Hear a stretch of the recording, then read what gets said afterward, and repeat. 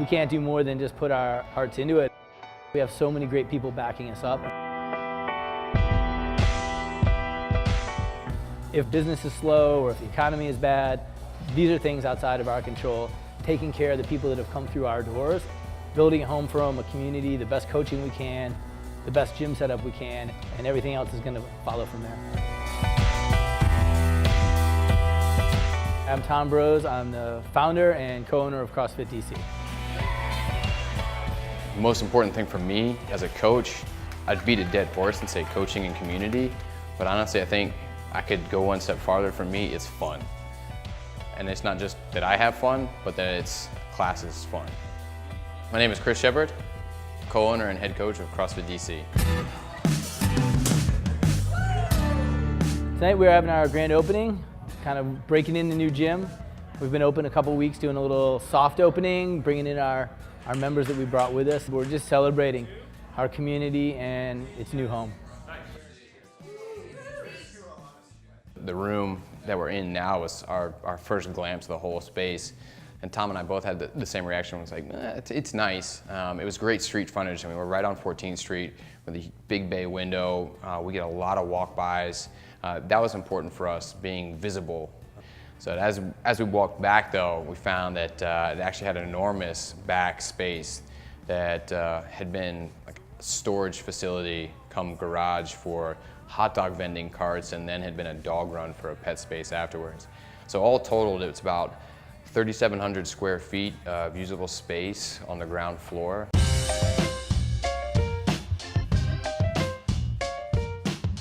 Getting to this point's been a long road. I started CrossFit in 2005, and we're actually one of the first 50 affiliates. You know, there were a few videos out at the time, and it wasn't like today that, you know, the journal was a monthly download of print stuff.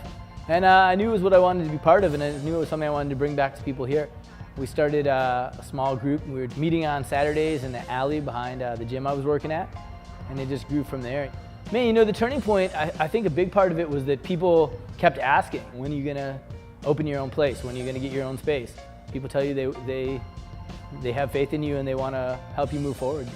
That's a great thing, you gotta take that. So now that it's come to fruition, it feels amazing. Front room had 15-foot ceilings, which meant gymnastics rings, wall balls. Because we had the two rooms, it gave us the ability to run two classes simultaneously so that we could have a free intro class or an elements class going on in one room and then a regular class going on in the other room. I think probably what most people notice about the backspace when they walk in, who are used to being in the basements of buildings or tucked away in large warehouses, is the fact that we have skylights in the back. I think that brings a really different dynamic and feel to the workouts. We installed 34 feet of pull-up rig along with 3 squat racks, which hopefully we'll be adding a 4th to in the near future. One of our big things is always just squatting.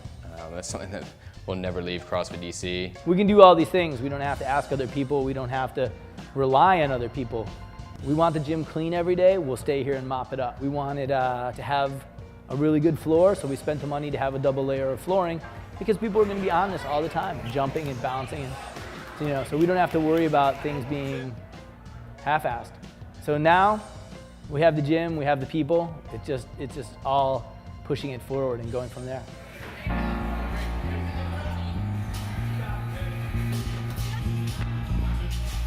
CrossFit+DC's community was probably what triggered, I think, really my affection for CrossFit in general. We're not just building a gym, we're building a community of people that have bonded through exercise. And I think in a city like DC, where there's a lot of kind of transients, that's important. Give them something to root into and make it a part of their life here, as opposed to just be in DC for 3 years and go to some happy hours with their work colleagues and that's it. You get really good athletes, people who have been to regionals, helping out athletes who may have just gotten started. There's not sort of that condescending, separation inside of the gym. I think that's key for community in general, but I think that's exactly why CrossFit+DC's community is probably one of the best ones out there. You can't have a community like that unless it's based on the coaching. The coaching has to be involved, making sure that sort of community and coaching base remain. that it never changed, regardless if we had only 30 members or 130 members or 330 members. I think that's what made us what we are. I think that's why we're recognized within the CrossFit community, and I think it's important that we remain that way.